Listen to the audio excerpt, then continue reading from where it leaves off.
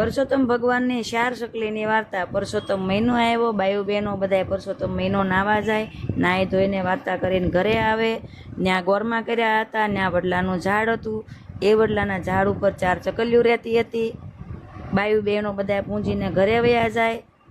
એ સકલીઓ નીચે ઉતરીને દાણા ચણવા માંડે, પછી મંડ્યું વાતું કરવા કે હાલો બેનો આપણે પણ પરસોત્તમ ભગવાનનું વ્રત કરીએ। બધાય કરે તો આપણે શું વાંધો। એક સકલી કે મારે તો એકટાણા કરવા છે, પછી બીજી સકલી કે મારે તો ધારણા પારણા કરવા છે, પછી ત્રીજી સકલી કે મારે તો હાવ નકોડા કરવા છે। ત્યારે સૌથી નાની સકલીએ કીધું મારે તો કાંઈ નથી કરવું, મારાથી ભૂખ્યું ન રહેવાય, હું તો સણી કારવીને મજા કરી। એમ કરતાં કરતાં પવનની પડી ગયું। એ સારે રાજાના ઘરે દીકરીઓ થયું, એ સારે દીકરીઓ અને એક ભાઈ, સારે બહેનોના લગ્ન કરી હારે મોકલ્યું અને ભાઈ બાકી। ભાઈના લગ્ન આવ્યા ને સારે દીકરીઓમાંથી તો 3ને એવું મળ્યું નાખ્યા મેલા માંગ નહીં, ઘેરે કામવાળા કામ કરે, બધું બહેનોને સારું મળ્યું અને એક બેન તો બિચારી હાવ ગરીબ, એને કાંઈ સારું ન મળ્યું। પછી ભાઈના લગ્ન આવ્યા, સારે બેનું ભાઈના લગ્ન કરવા આવ્યું તે એકા બીજી ખાટલે સડી સડીને બેસી જાય।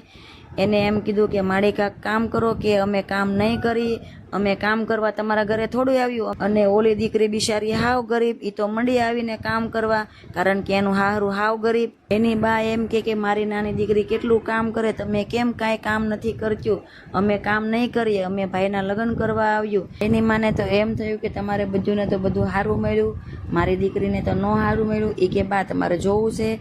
તો કે હા, આપણે આજે એક ઘરમાં 4 ખાટલા ઢાળો અને 5મો ખાટલો તમારો ઢાળો। અને માં કે બહુ સારું। 4 ખાટલા ઢાળ્યા અને 5મો ખાટલો માનો ઢાળ્યો, પાણીના કુંડા ભર્યા અને 4 ખાટલા નીચે મૂક્યા અને અડધી રાત થઈ અને 3ના ખાટલા નીચે જે પાણીના કુંડા મૂક્યા હતા એ હોનાના થઈ ગયા। નાની દીકરીના કુંડામાં તો પાણીને પાણી જ રહ્યું। એ તો માનો જીવ છે, માને બિચારીને એમ થયું કે આ બધું ને તો આમાંય સારું, અને પાણી મૂક્યું તું એનું હોનું થઈ ગયું। પછી માં તો હોનાનું કુંડું લઈને નાની દીકરીના ખાટલા નીચે મૂક્યું, ઘડીક થાય ત્યાં પાણીનું પાણી જ થઈ જાય।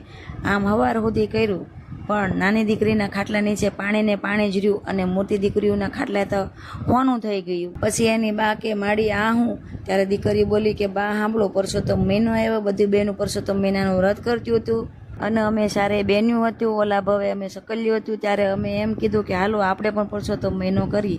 ત્યારે એક બેને કીધું હું ધારણા પારણા કરું, એક બેન કે હું નકોડા ઉપાસ કરું, એક બેન કે હું એકટાણા કરું, અને નાની બેન કે મારાથી કાંઈ વાર રહેવાય નહીં, મારે તો ખાવું પીવું ને મજા કરવી।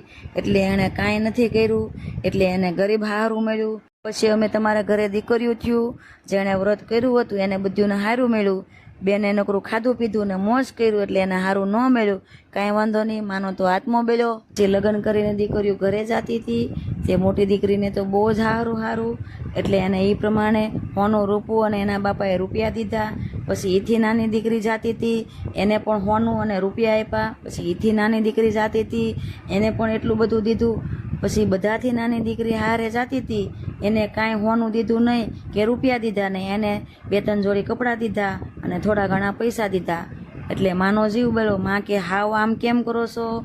એના બાપા કે તને ખબર ન હોય, આ બધું દીકરીઓને બહુ સારું છે, એને જો કાંઈ એને ન દઈ તો એને હારે મેણા બોલે, એટલે એને બધુંને એટલું બધું દીધું। અને નાની દીકરી તો બિચારી ગરીબ છે, એને ન દઈ તો કાંઈ વાંધો નહીં, એટલે એને 2-3 જોડી કપડાં અને થોડા ઘણા રૂપિયા દીધા છે।